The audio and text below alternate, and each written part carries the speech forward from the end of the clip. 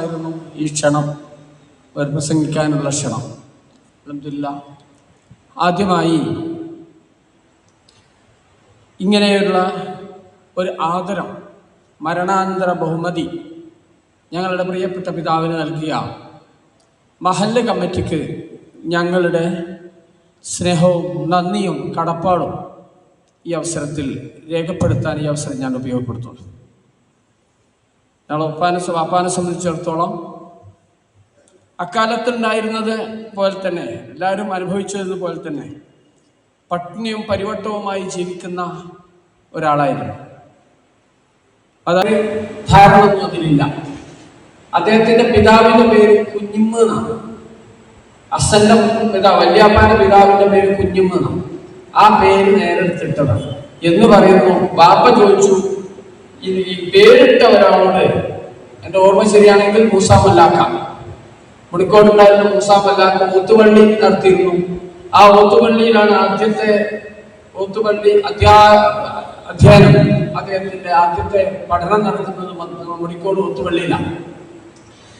അദ്ദേഹമാണ് വാപ്പാക്ക് പേരിട്ടത് കുഞ്ഞിമ്മ എന്നുള്ളത്. കുറെ കാലം കഴിഞ്ഞപ്പോൾ ചോദിച്ചു, നിങ്ങൾ എന്തിനാ ഈ പെണ്ണുങ്ങളെ പേരിട്ടത്? കുഞ്ഞി എന്നുള്ള പേര്, കുഞ്ഞിമ്മ എന്ന് പറഞ്ഞിട്ട് എനിക്ക് പെണ്ണുങ്ങളെ പേരിട്ടാണ് ഇട്ടെന്ന് ചോദിച്ചപ്പോ എനിക്ക് ആ പേരിട്ടത് മുഹമ്മദ് എന്നാണ്.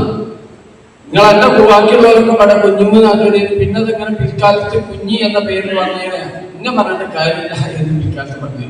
ശരിക്കും വാപ്പാന്റെ പേര് കുഞ്ഞി മുഹമ്മദാണ്. വാപ്പ പറയുന്നു, ഈ കാലത്തിന് ശേഷം അദ്ദേഹത്തിന്റെ പിതാവ്, കുഞ്ഞിമ്മന്റെ പിതാവിന്റെ പേര് മൊഗാരി എന്നാണ്. വെറുതെ പറഞ്ഞു കണ്ടു. പട്ടിണിയും പരിവട്ടവുമായി ജീവിക്കുന്ന കാലത്തിൽ തലമത്തട്ടി എന്ന രോഗം ബാധിച്ച്, അല്ലെങ്കിൽ കോളറ ബാധിച്ച് പാപ്പാക്ക് 13 വയസ്സാകുന്നതിന് മുമ്പ് തന്നെ വല്യമ്മ മരിച്ചു. പിന്നെ പിതാവുള്ള ഒരു അനാഥനായിട്ടാണ് പാപ്പ മരിക്കുന്നത്. രണ്ടാമയാണ് പിന്നുള്ളത്. സ്വാഭാവികമായിട്ടും ഇന്നത്തേനേക്കാൾ വളരെ വ്യത്യസ്തമായി വളരെ പ്രയാസമൊക്കെ അനുഭവിച്ചു. ഭക്ഷണമോ രീതിയൊന്നും കിട്ടാത്തതിന്റെ അങ്ങനെയായിരുന്നു പാപ്പ ജീവിച്ചിരുന്നത്. വളരെ പ്രയാസത്തിലായിരുന്നു. ആ കാലഘട്ടത്തിൽ 3 ദിവസം കണ്ടിന്യൂസ് ആയിട്ട് പട്ടിണി കിടന്നു എന്ന് വാപ്പ പറയുന്നു. തുടർച്ചയായിട്ട് അരിഭക്ഷണം കഴിക്കാതെ 3 ദിവസം പട്ടിണി കിടന്നു പോലും. അപ്പൊ കളവ് പറയാറില്ല. അങ്ങനെ മുഹമ്മദാജി, മുത്താറുകൊണ്ട് മുഹമ്മദ്, മദാരി പള്ളിയാൽ മുഹമ്മദാജി ഒരു ചെറിയ കോയിൽ, അമ്മാച്ചിന്റെ പഴയ ആളുകൾക്ക് അറിയായിരിക്കും, വിളിച്ചിട്ട് കുറച്ച് പൈസ കൊടുത്തിട്ട്, പൈസ എന്ന് പറഞ്ഞാൽ അന്നത്തെ നാണയം കൊടുത്തിട്ട് അരി വാങ്ങാൻ പോകും. അമ്മനോട് പറഞ്ഞിട്ട് കുറച്ച് അരി വാങ്ങിക്കോ. വേറെ പീടിയൊക്കെ അരി വാങ്ങിയപ്പോ പിന്നെയും പൈസ ബാക്കിയായിരിക്കുമല്ലോ. അരിയും മണ്ണെണ്ണയും വാങ്ങിക്കൊണ്ടിരാൻ പറഞ്ഞു. ഉമ്മാക്ക് കുറച്ച് വെച്ച് കൊടുക്കാൻ. അങ്ങനെ വാങ്ങിക്കൊടുത്തിട്ടും വാപ്പാക്ക് പൈസ ബാക്കിയായിരുന്നു എന്നാ വാപ്പ പറഞ്ഞത്. അത്രയും നല്ലൊരു തുക അമ്മാജി കൊടുത്തിരുന്നു. അത്രയും ദാരിദ്ര്യത്തിലായിരുന്നു ജീവിച്ചത്. ഈ ദാരിദ്ര്യം കൊടുമ്പിരി കൊണ്ട് തന്നെ നോക്കാൻ ആളില്ലാത്ത അനാഥനായ, നാട്ടിലൂടെ അലഞ്ഞു തിരിക്കുന്ന ഒരു ബാലനായിട്ടാണ് വാപ്പ വളരുന്നത്. അങ്ങനെയാണ് സത്താർ പറഞ്ഞ പോലെ അന്ധനും സൂഫിയുമായ ഹസൻ മുസ്ലിയാർ, കാടേരി ഹസൻ മുസ്ലിയാർ എന്ന് പറയുന്ന ആളെ ആരൊക്കെയോ അദ്ദേഹത്തെ വല്യാപ്പ ഏൽപ്പിക്കണം. അദ്ദേഹം ഒരു നാട്ടിൽ നിന്നും മറ്റൊരു നാട്ടിലേക്ക് ഇങ്ങനെ പലായനം ചെയ്യുന്ന ഒരു രീതിയാണ്. ആളുകൾ കൊണ്ടുപോവുക ചെയ്യും. പൗരപ്രമുഖരായ ആളുകൾ അവരുടെ ആവശ്യം നിറവേറ്റാൻ വേണ്ടി അദ്ദേഹത്തെ കൊണ്ടുപോകും. അദ്ദേഹത്തിന്റെ ഹിദ്മ, സേവനം ചെയ്യലാണ് പ്രധാന ജോലി വാപ്പാക്ക്. കിതാബ് കൂടെ ഉണ്ടായിരുന്നത് മൊയ്തീൻകുട്ടി മുസ്ലിയാർ, CP കുർണാണത്ത് മൊയ്തീൻകുട്ടി മുസ്ലിയാർ, അതായത് നമ്മളെ ഇസ്ലാം ഇസ്ലാം അധ്യാപകൻ അലിക്കുട്ടി മുസ്ലിയാരുടെ പിതാവ് ഒപ്പം ഉണ്ടായിരുന്നതാണ്. ഇതിൽ രസകരമായ ഒരു സംഭവം എന്താണെന്ന് വെച്ചാൽ, VIP-കളൊക്കെ വരും അവരുടെ ആവശ്യങ്ങളൊക്കെ പറഞ്ഞുകൊണ്ട്. അവർക്ക് ഭക്ഷണം കൊടുക്കുന്ന രീതിയാണ് ഏറ്റവും വലിയ രസം. എല്ലാവർക്കും ഭക്ഷണം കൊടുക്കും, ചായ കൊടുക്കും. ചായ അപൂർവങ്ങളിൽ അപൂർവമാണെങ്കിലും അവിടെ ചായ ഉണ്ടാവും. ചായക്ക് കടിയുണ്ടാവും. ചായ കൊടുക്കുന്നത് തൊണ്ടിലാണ് ചായ കൊടുക്കുക, ചിരട്ടിയിൽ. കടി മിക്കവാറും കർമൂസൊക്കെ ഉപ്പില്ലാതെ വേവിച്ചിട്ട് അതാ കൊടുക്കും. ഉപ്പ് ഇല്ലാതെ കർമൂസ, ചായ, മധുരമില്ലാത്ത ചായയും ചിരട്ടിയിൽ കൊടുത്താൽ കുടിക്കണ പോലെ നനയണം. എന്തിനാണ് അങ്ങനെ ചെയ്തു അമ്മനോട് ചോദിച്ചു. അഹങ്കാരത്തിന്റെ നിറകുടങ്ങളായ പല ആളുകളും വരും. ഇവരൊക്കെ ഒരു പാഠം പഠിപ്പിക്കാൻ വേണ്ടിയാണ് അങ്ങനെ ചെയ്തിരുന്നതെന്ന് പറഞ്ഞില്ല. അപ്പല്ല ഇയാൾ പറയുക ചെയ്യാം, ഈ സൂഫിയായ മനുഷ്യൻ പറഞ്ഞ ഇന്ന രീതിയിലൊക്കെ ഭക്ഷണം ഉണ്ടാക്കണം, അതാണ് അവർക്ക് കൊടുക്കേണ്ടത് എന്ന് പറഞ്ഞു. അങ്ങനെ 5 വർഷത്തിന് ശേഷം ബാപ്പാനെ ഞാൻ ഒരാൾക്ക് സൈദാലിപ്പ മുസ്ലിയാർക്ക് വിളിച്ചു വരുത്തിയിട്ട് പറഞ്ഞു, എന്റെ കുട്ടിയാണിത്, ഇവനെ നിങ്ങൾ കൊണ്ടുപോയിട്ട് പഠിപ്പിക്കണം. അക്കാലത്ത് പൊന്മള ജുമാ മസ്ജിദില് മുദരിസായി ജോലി എടുക്കുന്ന സൈദാലിപ്പ മുസ്ലിയാരെ ബാപ്പാനെ ഏൽപ്പിക്കണം. എന്റെ കുട്ടിയാണ് കുട്ടികൾ നോക്കുന്നത്. ദീർഘമായ 9 വർഷക്കാലം അവിടെ കിതാബ്. ഇതിനിടയിൽ ഏറ്റവും വലിയ രസകരമായ സംഗതി, തൂതയിലേക്ക് ഒരു യാത്ര പോയ രംഗണ്ട് വാപ്പ. എന്താന്ന് വെച്ചാല് തൂതയിലേക്ക് അവിടെ പോകാൻ ഷർട്ട് ഇടല്ല. ആദ്യമായിട്ട് വാപ്പ ഷർട്ട് ഇടുന്നത് 19ാമത്തെ വയസ്സിലാണ്. ഷർട്ടില്ല. ഷർട്ട് ഇട്ടത് ആരോ ഒരാളുടെ പഴയ ഷർട്ട് അടുത്ത് പടുത്ത് പറഞ്ഞിട്ടുള്ളൂ. എനിക്ക് തോന്നുന്നത് വാപ്പാക്ക് രോഗം മനസ്സിലാക്കുന്നതിന്റെ ഒരാഴ്ച മുമ്പ്, ഒരു 15 ദിവസം മുമ്പാണെന്നൊക്കെ പറഞ്ഞു. വെറുതെ ഇങ്ങനെ ഇരിക്കുമ്പോ അപ്പൊ ഇങ്ങനെ പറയുന്നുണ്ട്, ഈ ഷർട്ട് ഇട്ട് കഴിഞ്ഞാല് നെരിയാണി വരെ അതുണ്ടാവും. ഇയാൾ വലിയൊരു മനുഷ്യനാണ്. ആ വലിയ മനുഷ്യന്റെ പഴയ ഷർട്ടാണ് വാപ്പാക്ക് കൊടുത്ത്. ഇത് ഇത്ര ഏറെയാണെന്നോ അല്ലെങ്കിൽ ഇങ്ങനെ ഇടാൻ പറ്റുന്ന വിഷമാണെന്നോ അന്ന് ചിന്തിക്കാനുള്ള ശേഷി ഉണ്ടായിരുന്നില്ല. തൂത വരെ നടന്നു പോയിരുന്നു. പിന്നീട് നാട്ടിൽ മടങ്ങി വന്നപ്പോ പാപ്പാക്ക് ഈ സൈദാലിപ്പ മുസ്ലിയാരുടെ കാലം കഴിഞ്ഞതിന് ശേഷം നാട്ടിൽ തിരിച്ചു വന്നപ്പോ ഒരു ഷർട്ട് വാങ്ങിക്കൊടുക്കാൻ ഒരാള് തയ്യാറായി. അതായത് കുന്നത്ത് മൂസാക്കാന്റെ പിതാവ് വലിയപ്പാന്റെ അടുത്ത ഫ്രണ്ടാണ്. ഇതാള് വല്ലാതെ കരഞ്ഞപ്പോ ഒരു ഡ്രസ്സ് ഇല്ലാതെ ഈ ഡ്രസ്സ് കീറും ചെയ്തു. ഷർട്ടൊന്നും ഇല്ലാതപ്പോ ഒരു ഷർട്ട് ഇടാൻ വേണ്ടി പ്രയാസം വന്ന സമയത്ത് കരഞ്ഞത് കണ്ടിട്ട് വേറെ ചില പറയാൻ പറ്റാത്ത ചില പ്രശ്നങ്ങൾ ഉണ്ടാവും. അതുകൊണ്ടാണ് ഞാൻ പറയുന്നത്. കരഞ്ഞപ്പോ ഇയാള് കരഞ്ഞുകൊണ്ട് ഈ നാളെ രാവിലെ കുന്നത്തേക്കാണ് വാങ്ങുന്നത്. കുന്നത്ത് പറഞ്ഞാൽ മുടിക്കോട്. അപ്പൊ കുന്നത്തി വന്നു നോക്കുമ്പോ നല്ലൊരു ഷർട്ടും ഒരു തുണി. ഞാൻ ആദ്യമായിട്ട് ഇത്ര നല്ലൊരു ഷർട്ട് കിട്ടിയത് എന്റെ ജീവിതത്തിൽ ആദ്യമായിട്ട് ഞാൻ പറഞ്ഞു. വല്ലാത്ത സന്തോഷം ഉണ്ടായിരിക്കും അവസരത്തിൽ. ജീവിതത്തിൽ ആദ്യമായി നല്ല ഒരു തുണിയും ഷർട്ടും കിട്ടുകയാണ് എനിക്ക്. അതുകൊണ്ട് തയ്പ്പിച്ചു, അടിച്ചു, ഞാനിത് ഇട്ടു. ഇത് ഞാൻ മറക്കൂല. അങ്ങനെ പിന്നീട് പൊന്മളയിൽ നിന്ന് തിരിച്ചു വന്ന് മുറിക്കോട് നമ്മളെ പ്രിയങ്കരനായ മാനുവിന്റെ ഉപ്പയായ വല്യാപ്പ മുസ്ലിയാരടുത്തും CK മുഹമ്മദ് മുസ്ലിയാരടുത്ത് ഓതുകയുണ്ടായി. വല്യാപ്പ മുസ്ലിയാരെ സംബന്ധിച്ചിടത്തോളം പറയുകയാണെങ്കിൽ പഴയ തലമുറക്ക് അറിയായിരിക്കും, അദ്ദേഹം ഒരു മഹാപണ്ഡിതനായിരുന്നു. പ്രഭാഷണ വൈഭവം കുറവാണെന്നാണ് പാപ്പ പറഞ്ഞത്. പ്രസംഗിക്കാൻ അറിയില്ല. മഹാപണ്ഡിതനായിരുന്നു. ഒരുപാട് കാര്യങ്ങൾ പഠിച്ചു. പിന്നീട് കോളേജിൽ പോകണം. കോളേജിൽ പോകാൻ വേണ്ടി നിൽക്കുന്ന അവസരത്തില് ബാക്കിയാത്ത് പോകണമെന്ന് നാട്ടിലൊന്നുമില്ല, കോളേജുകളില്ല. ബാക്കിയാത്ത് പോകാൻ വേണ്ടി ഒരുങ്ങി വന്നതാണ്. ആ ഉദ്യമം അവിടെ അവസാനിപ്പിച്ചു. ആ ഇടക്കാണ് തെക്കുംപാട് താജുൽ ഇസ്ലാം മദ്രസ, അതായത് നമ്മുടെ ഇപ്പോഴത്തെ ബാങ്കിലെ മുസ്തഫ താമസിക്കുന്ന വീടിന്റെ അടുത്ത് അവിടെ ഒരു മദ്രസ ഉണ്ടാക്കാനുള്ള ഉദ്ദേശം ആർക്കോ പറഞ്ഞിട്ട് പ്ലാൻ ചെയ്തിട്ട് ചെറൂർ അസംഗാക്കാം, നാണയക്കാരുടെ കൊപ്പ കുഞ്ഞാരാജി വലിയ ആക്കാം, നമ്മളെ ഓർമ്മയിൽ ഹൈദർസുട്ടിയാക്കാം, ഇങ്ങനെ തുടങ്ങിയിട്ടുള്ള കുറെ ആളുകൾ, ആറപ്പുറത്ത് മുസ്കുട്ടിയാച്ചി, താഴത്തോടുള്ള അംസാജിന്റെ കൊപ്പ, ഇങ്ങനെ തുടങ്ങിയിട്ട് അന്നത്തെ ആളുകൾ പോയിട്ട് മുടിക്കോടുന്ന ഒരാളെ ആവശ്യപ്പെട്ടപ്പോ അവിടെ പറഞ്ഞു പോലും അവിടുത്തെ ഒരാള് തമാശ പറയുന്ന കൂട്ടത്തിൽ പറഞ്ഞു, നിങ്ങൾക്ക് പറ്റിയ ഒരു ബലാലുണ്ട്, ഓരോ കൊണ്ടേ കുളിയാണ്. ആ ഭാഷ എന്ന് പറഞ്ഞേ തമാശ അന്നത്തെ ഒരു പ്രയോഗം ഒരു കൊളോക്കിയലാക്കില്ല. ഓനെങ്ങൾക്ക് പറ്റിയ എന്തിനും പറ്റുന്നതാണ്.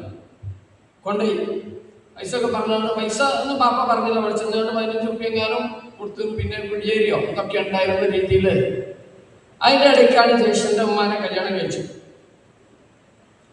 പിന്നെ ജ്യേഷ്ഠൻ്റെ ഉമ്മ മരിക്കണ അവസരത്തിൽ അപ്പ അതേമാതിരി വേദന ഒരു സംസാരം.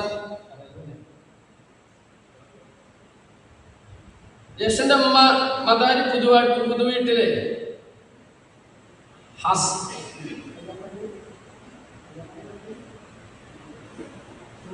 മുഹമ്മദ് മുസ്ലിയാരുടെ മകളാണ്. ഹാഫിളത്താണ്, ഖുർആൻ പാരായണം ചെയ്യുന്ന ആളാണ്, ഫുൾ ടൈം ഖുർആനുമായി ബന്ധപ്പെടുന്ന ആളാണ്. വിവാഹം കഴിച്ചിട്ടില്ല.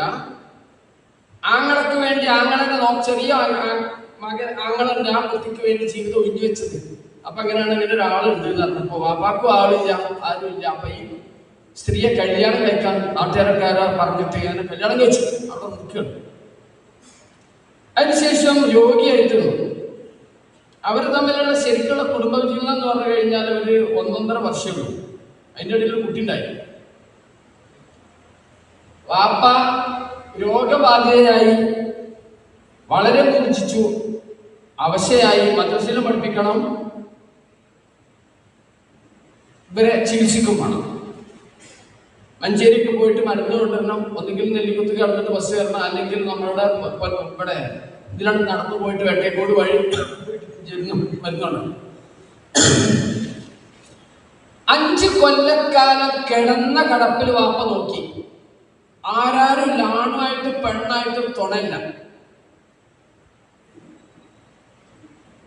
മരിക്കുന്ന സമയത്ത് മരിക്കുന്നതിന് കുറച്ച് മുമ്പ് പറഞ്ഞാലോ ചില സന്ദർഭങ്ങളൊക്കെ ഉണ്ടാകുമ്പോൾ വാപ്പാക്ക് പറയും. ചില സന്ദർഭങ്ങളൊക്കെ ഉണ്ടായപ്പോൾ പറഞ്ഞു പോലും നിങ്ങൾ കുഴങ്ങൂല, ജീവിതത്തിൽ നിങ്ങൾ കുഴങ്ങൂല.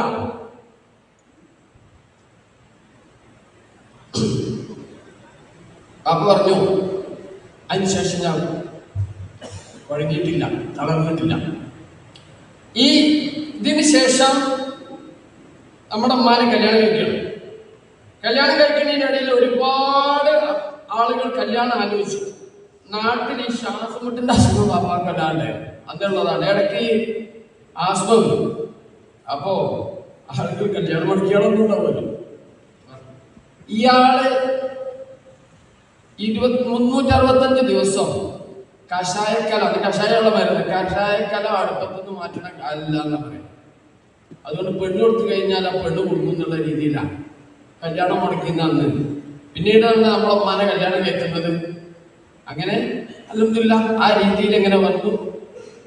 ഇപ്പോ ഇത്രയും കാലം വളരെ രീതിയിൽ നല്ല രീതിയിൽ ഒരു മാതൃകാപരമായ ജീവിതമാണ് മക്കൾ എന്നുള്ള നിലക്ക് പാപ്പ നയിച്ചത് എന്ന് നമ്മൾ മനസ്സിലാവും. പാപ്പാക്ക് ഏറ്റവും പ്രിയപ്പെട്ട ആളുകളാണ് ഒന്ന്.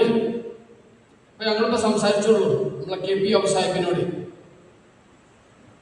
ഇടയ്ക്കിടക്ക് മുറുക്കാൻ കിട്ടിയ എവിടുന്നാന്ന് വെച്ചാൽ ഒന്ന് കണ്ടന്റെ രാമൻ അതിലെ പോയി കഴിഞ്ഞാൽ മൂപ്പരേക്ക് കുറച്ച് വാങ്ങും. മുറുക്കാൻ വാങ്ങുന്നത് സ്ഥിരമായിട്ട് മുറുക്കണ പരിപാടിയില്ല. രാമന്റെ അടുത്ത് കണ്ടു കഴിഞ്ഞാൽ ഒന്ന് മുറുക്കാൻ വാങ്ങും. പിന്നെ വാങ്ങുക അയമാജിന്റെ അവിടെ പണിയെടുത്തിരുന്ന നാടിച്ച് അതിലെ പോകും. നാടിച്ച് വന്നു കഴിഞ്ഞാൽ ഞാനും കണ്ടിട്ടുണ്ട്. നാടിച്ചിന്റെ അരിയിലുണ്ടാവും കുറെ മറ്റു കൊടുക്കാനും. ഇതൊക്കെ വാങ്ങിയിട്ടാണ് ഇടയ്ക്കൊരു ചുവയ്ക്കുക എന്നാണ് ഇതിന് പറയാം. ഒന്ന് ചുവയ്ക്കും എന്ന് പറഞ്ഞാൽ വിനയാണ്. അവിടെ ജാതിയോ മതമൊന്നുമില്ല. പാപ്പാന്റെ മനസ്സിൽ അങ്ങനെ ഒരു ചിന്തയേ ഇല്ല. നമ്മൾ ഇത്രയും കാലത്ത് മക്കൾ എന്നുള്ള നിലയ്ക്ക് നമുക്ക് അനുഭവിച്ച, ഞങ്ങളെ പഠിപ്പിച്ച ഒരു പാടുണ്ട്. ജാതി മതം ഇതിനൊക്കെ ഉപരി മനുഷ്യൻ എന്ന് പറയുന്ന ഒരു ലക്ഷ്യത്തിനായിരിക്കണം നമ്മുടെ ജീവിതം എന്നാണ് ഞങ്ങൾ പാപ്പമ്മ പഠിപ്പിച്ചത്. വളരെ കൃത്യമായിരുന്നത്. ഒരുപാട് ഉപദേശങ്ങൾ ആ കൂട്ടത്തിൽ നടന്നു. പണ്ട് ചെറുപ്പത്തിൽ പഠിപ്പിക്കാൻ രണ്ടാൾ സംസാരിക്കുന്ന ഇടയിൽ നടക്കാൻ പാടില്ല, എല്ലാ മനുഷ്യരെയും ആദരിക്കണം, അത് ഹിന്ദു ആണ്, മുസ്ലിം ആണ്, ക്രിസ്ത്യാനിയാണെന്നൊന്നും പറയാൻ പാടില്ല, മനുഷ്യനാണോ എന്ന് നോക്കണം എന്നാണ്. ആ രീതിയാണ് മൂപ്പർ അനുവർത്തിക്കുന്നതും ജീവിതത്തിലൂടെ കാണിച്ചു തന്നതും. അതിന്റെ പ്രതിഫലനമാണ് ഈ ഒരു മഹാസംരംഭം എന്ന് നമുക്ക് നമുക്ക് മനസ്സിലാക്കാൻ കഴിയും. ചുരുക്കി പറഞ്ഞു കഴിഞ്ഞാൽ പാപ്പ സൂഫിസം ഇബാദത്ത് എന്നെല്ലാം പറഞ്ഞാലും അതിനെക്കുറിച്ചൊന്നും മക്കളായ ഞങ്ങൾ പറയുന്നത് ശരിയല്ല. അതൊക്കെ ഒരു മാതൃകാ രീതിയിൽ ഞങ്ങൾ അഭ്യസിപ്പിച്ചു. ഞങ്ങളതിൻ്റെ 4 അയലോകത്ത് എത്തിയിട്ടില്ല എന്നുള്ളത് പരമാർത്ഥം. മക്കളെ മര്യാദക്ക് വിദ്യാഭ്യാസം നൽകാൻ പാപ്പ പറയും, ഞാൻ സ്കൂളിന്റെ പടി കണ്ടത് ആദ്യമായിട്ട് വോട്ട് ചെയ്യാൻ പോയപ്പോഴാണ്. അതുകൊണ്ട് തന്നെ അതിന്റെ അപകർഷതാബോധം കൊണ്ടായിരിക്കും മക്കളെല്ലാം മോശമില്ലാത്ത രീതിയിൽ പഠിപ്പിച്ചു. ജോലി കിട്ടാതൊക്കെ അത് അള്ളാന്റെ ഖളാ. എന്തായാലും മോശമില്ലാത്ത രീതിയിൽ പഠിപ്പിക്കുകയും ഞങ്ങളുടെ മൂത്തമ്മാന്റെ ഒരു പ്രാർത്ഥന സഫലീകരിച്ചതിന്റെ ഫലമായി പാപ്പാക്ക് അല്ലലില്ലാതെ അലട്ടലില്ലാതെ വളരെ സുന്ദരമായ രീതിയിലാണ് പാപ്പ കഴിഞ്ഞു പോയിട്ടുള്ളത്. അത് നമുക്ക് തുറന്നു പറയാൻ പറ്റും. ടെൻഷൻ ഉണ്ടാകുന്ന ഒരു അവസ്ഥ ഉണ്ടായിരുന്നില്ല. ഇപ്പോഴും ടെൻഷൻ ഉണ്ടാവുക സാമ്പത്തിക ഞെരുക്കം വരുമ്പോൾ, പിന്നെ എന്തെങ്കിലും കുരുത്തക്കേട് പ്രശ്നങ്ങളൊക്കെ ഉണ്ടാവുമ്പോൾ ഒന്നും ഇപ്പം ഉണ്ടായിരുന്നില്ല. അപ്പൊ നല്ല രീതിയിലാണ് പിതാവിന്റെ കാലം കഴിഞ്ഞു പോയത്. അത് ആ സൂഫിസം ഇബാദത്ത് മാറ്റിവെച്ചാലും മനുഷ്യത്വത്തോടു കൂടി ആളുകളോട് പെരുമാറാനാണ് പിതാവ് ഞങ്ങളെ പഠിപ്പിച്ചിട്ടുണ്ടായിരുന്നത്. പിന്നെ അവസാന ദിവസങ്ങളാവുമ്പോൾ ബ്രോങ്കൈറ്റിസ് ആസ്മ വല്ലാതെ അലട്ടിക്കൊണ്ടിരുന്നു. അധികം ഹോമിയോ ട്രീറ്റ്മെന്റ് ആണ് നടത്തിയിരുന്നത്. അലോപ്പതി ഇടയ്ക്ക് കാണിക്കും. അത് വാപ്പാന്റെ ആരോഗ്യം പരിഗണിച്ചുകൊണ്ട് വാപ്പ സെലക്ട് ചെയ്യുന്നതും നമ്മളതിന് പ്രോത്സാഹനം കൊടുക്കുന്നതുകൊണ്ടാണ്. കോഴിക്കോട് പോവും, അല്ലെങ്കിൽ നാട്ടിൽ നിന്ന് ചികിത്സ ട്രീറ്റ്മെന്റ് നടത്തും. അതിൻ്റെ ഇടയ്ക്കാണ് ചെറിയ ബ്ലോക്ക് അല്ലെങ്കിൽ പമ്പിങ് കുറച്ച് കമ്മിയുണ്ട് ആദ്യമായിട്ട് നമ്മളോട് പറഞ്ഞത് സത്താർ ഡോക്ടറാണ്. അതിനെ ബേസ് ചെയ്ത് നമ്മൾ ടെസ്റ്റ് എടുത്തിപ്പോഴേക്ക് കഴിഞ്ഞ ആഴ്ച ഒരു സിവിയർ അറ്റാക്ക് വാപ്പാക്കുന്നത്. വാപ്പ അറിയില്ല. നമ്മളൊക്കെ അതുവരെ ധരിച്ചിരുന്നത് ശ്വാസം മുട്ടുകൊണ്ടാണ് വാപ്പാക്ക് നടക്കാൻ പറ്റാത്തതെന്നായിരുന്നു. അതാദ്യം കണ്ടെത്തിയ സത്താർ ഡോക്ടറാണ്. എൻ്റെ ഇടയിൽ ഒരുപാട് ഡോക്ടർമാരെ നമ്മൾ കണ്ടിട്ടുണ്ട്. ആരും അത് പറഞ്ഞില്ലായിരുന്നു. അത് ഈ സന്ദർഭത്തിൽ നമ്മളോട് ഷെയർ ചെയ്യാൻ ഉദ്ദേശിക്കാം. അതിന്റെ വെളിച്ചത്തിലാണ് ഇവിടെ പോയത്. പിന്നീട് അവിടെ നിന്ന് മലബാറിൽ നിന്ന് പാണ്ടിക്കാട് വന്നു. പാണ്ടിക്കാട് നമ്മൾ കൊണ്ടുവന്നല്ല, ഒരു നിമിത്തം എന്നുള്ള നിലയ്ക്ക് ICU കയറ്റണ്ട എന്ന് പറയും. അപ്പൊ നമ്മളോടുണ്ടായിരുന്ന ഒരു വർത്താനം, ഇന്ന് ICU കയറ്റരുത്. അപ്പൊ ഉദ്ദേശിച്ച വെന്റിലേറ്റർ ആണെന്ന് നമ്മൾ മനസ്സിലാക്കണം. ICU കയറ്റരുത്, ഞാൻ ഒറ്റക്കാവും, മരിച്ചു പോകുമ്പോൾ കിരിമ എല്ലാം ആളുണ്ടാവില്ല, ഇത്തരാൻ ആളുണ്ടാവില്ല, ഞാൻ കുടുങ്ങി പോകുന്നു. അപ്പൊ അവർ അലട്ടിലുണ്ടാകും. നമ്മളെ സംബന്ധിച്ച് അലട്ടിക്കൊണ്ടിരുന്നു. നീയോ കൊണ്ടപ്പോ അവർക്ക് വേണ്ടപ്പെട്ട ഒരു ഡോക്ടറെയാണ് കിട്ടിയത്. ഒരു ഉസ്താദിന്റെ മകനാണ് ഡോക്ടർ. കാര്യം മനസ്സിലാവുമല്ലോ. ഒരു ICU ഫെസിലിറ്റീസ് ഇല്ലാത്ത, എന്നാൽ ICU ആണോന്ന് ഓക്സിജൻ കൊടുക്കാൻ പറ്റുന്ന ഒരാള്. ആ പൈക്ക് പോകാൻ ഉണ്ടാക്കൂല. അപ്പൊ എന്നോട് നമ്മൾ പറഞ്ഞു, ഞങ്ങൾ ഉണ്ടാവും അപ്പ എന്ന് പറഞ്ഞു. ഞങ്ങൾ 2 ആള് സ്ഥിരമായിട്ടോ അവിടെ ഉണ്ടായിരുന്നു. കാര്യമായ ബുദ്ധിമുട്ടൊന്നും ഉണ്ടായിരുന്നില്ല. റൂമിലേക്ക് മാറ്റിയപ്പോ മാറി. പിറ്റേന്ന്, അതായത് ഇന്നലെ ഡിസ്ചാർജ് ചെയ്യേണ്ട ദിവസമായിരുന്നു. രാവിലത്തോടു കൂടി ക്ഷീണം വന്നു. അതിന്റെ മുമ്പ് ചൊവ്വാഴ്ചയാണ് കൊണ്ടുവന്നു. ബുധനാഴ്ച എത്തിയപ്പോ പാപ്പ പറഞ്ഞു, ഇന്ന് ഏതാ ദിവസം? ബുധനാഴ്ചയാണ്. നാളെ ഏതാ ദിവസം? നാളെ വ്യാഴാഴ്ചയാണ്. നമ്മളെ രീതി എങ്ങനെയാണെന്ന് വെച്ച് കഴിഞ്ഞാൽ, ഞങ്ങൾ വാപ്പ മക്കള് വീട്ടിലെത്തിയാൽ അങ്ങനെ വലിയൊരു മര്യാദകളും മതവും പാലിച്ചുകൊണ്ട് വാപ്പാനെ സന്തോഷിപ്പിക്കുന്ന, വാപ്പാക്ക് ഇഷ്ടമുള്ള സംസാരിക്കുന്ന, അതവ് പാലിക്കുന്ന ഒരു സംസാരമാണ് നമ്മൾ സംസാരിക്കുക. തമാശ പറയും, സംവദിക്കും, തർക്കിക്കും, അങ്ങോട്ടും ഇങ്ങോട്ടൊക്കെ നല്ലോണം വർത്താനം പറയും. ഇത്ര മോശമായിരുന്നു. ഞങ്ങൾ നന്നായി സംസാരിക്കും. പാപ്പി മക്കളും, എല്ലാ മക്കളും, ചെറിയ അഞ്ചന്മാർ വെച്ച് ഞാനും ജ്യേഷ്ഠനും അശീറുകളൊക്കെ നന്നായിട്ട് സംസാരിക്കും. വാപ്പാനോട് അങ്ങോട്ട് തർക്കിച്ചെന്നെ സംസാരിക്കും. കൂട്ടത്തിൽ പറഞ്ഞു, എന്തെങ്കിലും വ്യാഴാഴ്ച എന്താ പ്രശ്നം ചോദിച്ചു. അപ്പൊ കാര്യം നമുക്ക് മനസ്സിലായി. വാപ്പ വ്യാഴാഴ്ചയെ ഇല്ലെന്നോ പ്രതീക്ഷിക്കുന്നു, വെള്ളിയാഴ്ചയിലൊക്കെ മരിക്കാനുള്ള പ്ലാനാണ് ചോദിച്ചു. അതൊന്നും അല്ലാന്നറിയാം. അപ്പൊ അങ്ങനെ കാര്യമായിട്ട് തുറന്നറിയില്ല. എന്നാ അപ്പൂതി അവിടെ വെച്ചാൽ മരിക്കാനായിട്ടില്ല, 10 കൊല്ലം കൂടി നിങ്ങൾക്ക് ആയുസ്സുണ്ടാവും, അതിനുള്ള ആരോഗ്യം ഉണ്ട് എന്ന് പറഞ്ഞു. അതിന് ഡോക്ടറിന്റെ ഇടയ്ക്കിടയ്ക്ക് പറഞ്ഞിരുന്നു, ഡോക്ടർ പറഞ്ഞത് നിങ്ങളുടെ വാപ്പാന്റെ കിഡ്നി 50 കൊല്ലത്തേക്കുള്ള കൂടി ഉണ്ട് എന്ന് പറഞ്ഞു. 0.7% കിഡ്നി ക്രിയാറ്റിനി വാപ്പാക്കുള്ളൂ എന്ന് പറഞ്ഞാൽ നല്ല ഫിറ്റായ ബോഡി, ബാക്കിയുള്ള ഭാഗങ്ങളൊക്കെ ഓക്കെയാണ്. ഡാമേജ് ആയത് 100% ഡാമേജ് ആയി, ബാക്കിയുള്ളതൊക്കെ ഫിറ്റ് ആയി. അപ്പോ ഇതൊക്കെ പറഞ്ഞിങ്ങനെ സമാശ്വസിപ്പിക്കുന്നതിന്റെ ഇടയിൽ വാപ്പ പറഞ്ഞു, ഞാൻ ചിലത് തീരുമാനിച്ചിട്ടുണ്ട്, അതുപോലെ നടക്കുള്ളതാണ്. വിട്ടുപോയി. തമാശ പറഞ്ഞു പറയണം, ഞാൻ ചിലതൊക്കെ തീരുമാനിച്ചിട്ടുണ്ട് എന്ന് പറഞ്ഞു. അത് പറയുന്നത് വ്യാഴാഴ്ചയാണ്. അതെങ്ങനെ മനസ്സിൽ നമ്മളത് വിട്ടു. വെള്ളിയാഴ്ച വന്ന് മൂപ്പര് ഫിറ്റാണ്, ഉറപ്പല്ല, രക്ഷപ്പെട്ടു പോയി എന്ന് വിചാരിച്ചു, ആരോഗ്യം വീണ്ടെടുത്തു. മിനിഞ്ഞാന്ന് ഒരു 8 മണിയോട് കൂടി തളർച്ച വന്നു, ക്ഷീണം വന്നു. ഉസ്താദ് പറഞ്ഞ പോലെ ചമ്രമടഞ്ഞിരിക്കുന്ന രീതിയാണ്. ഖുർആൻ ഓതലായിരുന്നു കാര്യമായി. മരിച്ചുപോയ സ്ഥിതിക്ക് നമുക്ക് പറയാമല്ലേ, ഖുർആൻ ഓതലാണ് വാപ്പാന്റെ ഹോബി. 3 ദിവസം കൂടുമ്പോൾ ഒരു ഖത്തം തീർക്കും. ഞങ്ങൾ പറയാറ് നാട്ടുകാർ അത് അറിയില്ലാന്ന് നമ്മൾ വിശ്വസിക്കും. 3 ദിവസം കൂടുമ്പോൾ ഒരു ഖത്തമിൽ ഖുർആൻ നടത്തും വാപ്പ. സാധാരണ എനിക്ക് വാർദ്ധക്യ സഹജമായ പ്രശ്നങ്ങൾ വന്നപ്പോൾ 7 ദിവസം കൊണ്ട് ഒരു ഖത്തം തീർക്കും. ലാസ്റ്റ് ആയപ്പോൾ ഇന്ന് കഴിയാതായി. സ്വാഭാവികമാണ്. ഈ രീതിയിൽ നടന്നത് കൊണ്ടാണ് എല്ലാ വാർദ്ധക്യ സഹജമായ പ്രശ്നം ഉണ്ടെങ്കിലും വാപ്പാന്റെ മുതുക് കളയാറ് എന്ന് നമ്മൾ വിശ്വസിക്കുന്നു. കാരണം ചമ്രം പടിഞ്ഞ് മണ്ണിൽ നിലത്തിനോട് ചേർന്ന് ഇത്ര അടുത്തെത്തും. ആ രീതിയിലാണ് ചമ്രം പടിഞ്ഞിരിക്കാൻ മരിക്കണ വരെ ഒരു പ്രശ്നം ഉണ്ടായിരുന്നില്ല. അങ്ങനെ ചമ്രം പടിഞ്ഞിരിക്കണ വാപ്പാൻ അങ്ങനെ കിടത്തി. ബോധം പോയി. ഏകദേശം ഒരു 12:45 കണ്ണൊക്കെ ഇങ്ങനെ തുറക്കണ ഒരു പ്രതീതി ഉണ്ടായി. മാറി ക്ഷീണം തീർന്നാണെന്ന് വിചാരിച്ചു. കെൽവേലി കൊടുത്തു. അപ്പൊ ഒന്ന് ചെല്ലുന്നു, നേരത്തെ ചൊല്ലിക്കൊടുത്തോ ചെല്ലി. ബോധം പോണതിന്റെ കുറച്ചു മുമ്പ് പകുതി ബോധത്തിലൊക്കെ ചൊല്ലിക്കൊടുത്തപ്പോൾ ചെല്ലി. പിന്നീട് ഏകദേശം ഒരു 1-1.25 ആവുന്നതിന്റെ ആ സമയത്തെത്തുമ്പോ ഡൗണായി. മോണിറ്ററിൽ പൾസും ഓക്സിജനും ഇതൊക്കെ ഡൗണായി ഇങ്ങനെ വരുമ്പോൾ ഞാൻ ബഷീറിനോട് പറഞ്ഞു, അഞ്ചനോട് പറഞ്ഞു, കെലിമയ്ക്ക് കൊടുക്കുക. ശരിക്കും ഒരൊറ്റ കെലിമ നേരെ കെലിമ ചൊല്ലി കൊടുത്തു.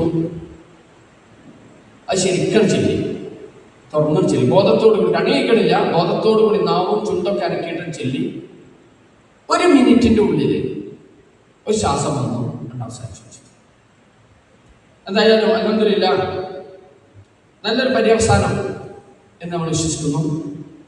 അല്ലാഹു സുബ്ഹാനഹു വ തആല നമ്മുടെ എല്ലാവരും അന്ത്യം നന്നാക്കി തീർക്കട്ടെ. അപ്പൊ അതിന്റെ ആദ്യമുള്ള 2-3 പ്രാർത്ഥനകളിൽ ഒന്നാണ് ആക്ബത്ത് നന്നാക്കണേ, എന്തെങ്കിലും ഒരു ഇബാദത്ത് ചെയ്തുകൊണ്ട് മരിപ്പിക്കണേ. ഇങ്ങനെയുള്ള പ്രാർത്ഥനയാണ് വാപ്പയിൽ നിന്ന് ഞങ്ങൾ അധികം കേൾക്കുന്നത്. എല്ലാ ആളുകളോടും, സഹോദരത്വപ്പെട്ട ആളുകളോടും, എല്ലാവരും ഞങ്ങൾക്ക് മക്കൾ എന്നുള്ള നിലക്ക് എല്ലാ ആളുകളോടും ഞങ്ങൾക്ക് അപേക്ഷിക്കാനുള്ളത്, ഞങ്ങളുടെ പിതാവിന് വേണ്ടി നിങ്ങൾ ബർസഖിയായ ജീവിതം നന്നായി തീരാൻ വേണ്ടി ദുആ ചെയ്യണം, ദർജ ഉയർത്തി കൊടുക്കാൻ ദുആ ചെയ്യണം എന്ന് ഹൃദയപൂർവ്വം ആവശ്യപ്പെട്ടുകൊണ്ട് ഈ സംരംഭം, ഈ അനുസ്മരണത്തിന് എല്ലാ നന്ദിയും, കുടുംബത്തിന്റെ നന്ദിയും കടപ്പാടും അറിയിച്ചുകൊണ്ട് നിർത്തുന്നു. വആഖിറു ദഅവാനാ അൽഹംദുലില്ലാഹി റബ്ബിൽ ആലമീൻ. അസ്സലാമു അലൈക്കും വറഹ്മത്തുള്ളാഹി വബറകാതുഹു. പ്രിയപ്പെട്ടവരെ, ഇനി നമ്മുടെ